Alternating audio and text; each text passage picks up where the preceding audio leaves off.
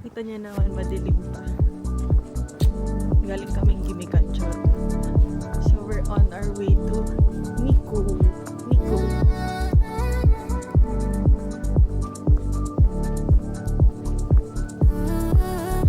Itong fit namin for today.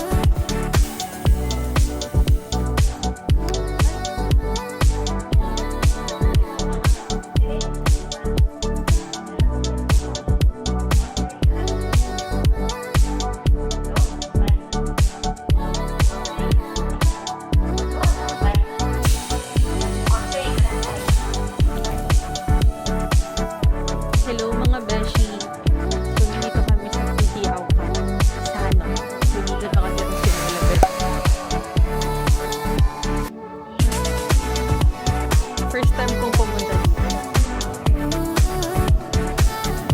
Ganda.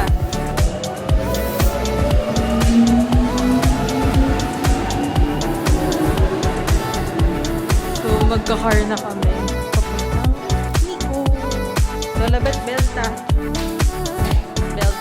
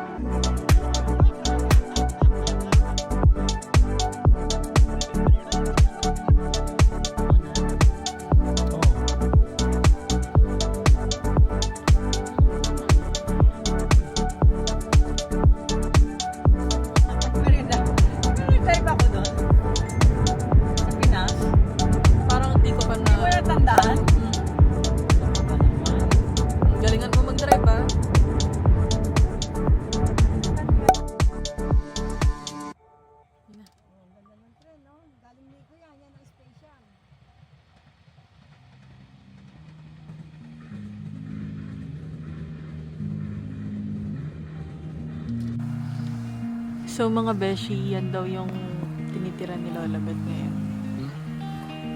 Hindi na kami papasok. Ayaw kami papasok. Hindi kami welcome.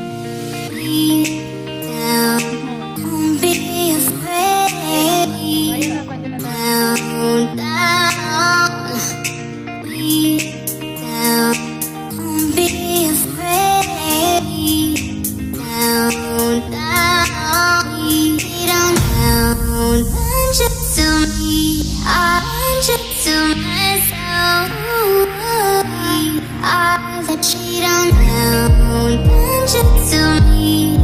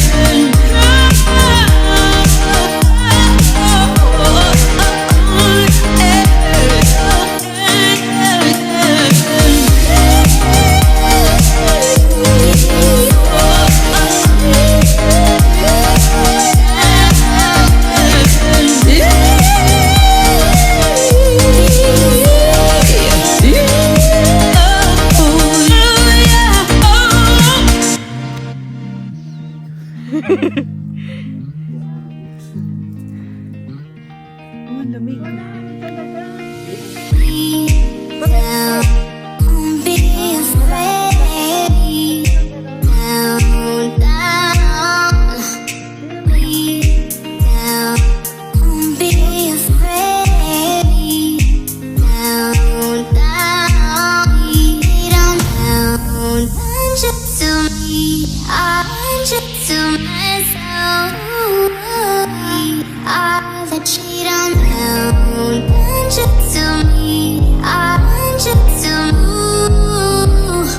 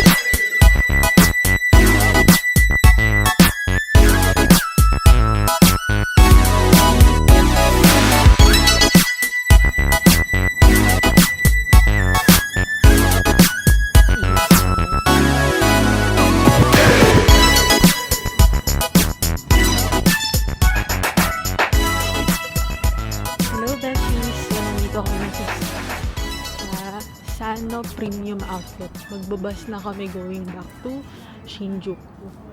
8:35 yung bus namin and dito muna kami maglilibot.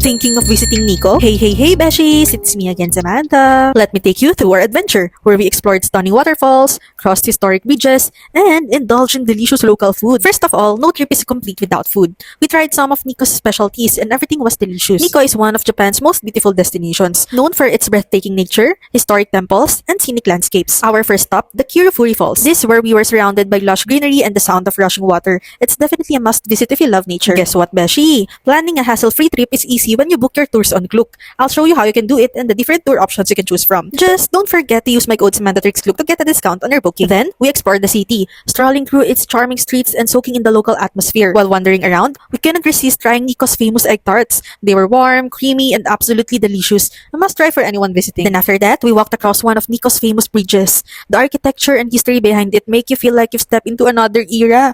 Perfect for photos and just taking in the peaceful scenery. Now, if you're wondering how to book a Nikko tour the easiest way, I got you. Here's how. First, open the Klook app or website and search for Nikko Tours. Second, browse through the different options, whether you want a guided tour, a self-guided pass, or a day trip from Tokyo.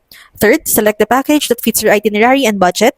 Fourth, don't forget to apply my code Samantha Trix Klook at checkout to save on your booking. And that's it. Your trip is booked in just a few clicks. That wraps up our amazing trip to Nikko. Thank you for watching. Don't forget to like, subscribe, and follow me for more travel adventures. See you in the next one. Bye, Beshi! Going to Nagoya? Make sure to visit Sky Promenade. Hi mga beshi, it's me again, Samantha. So for today's video, we're here at Midland Square. So if you're looking for a scenic spot to relax and take in breathtaking views, this is the perfect place, beshi. Whether you're catching the sunset or just enjoying the peaceful ambience, this spot is a must visit.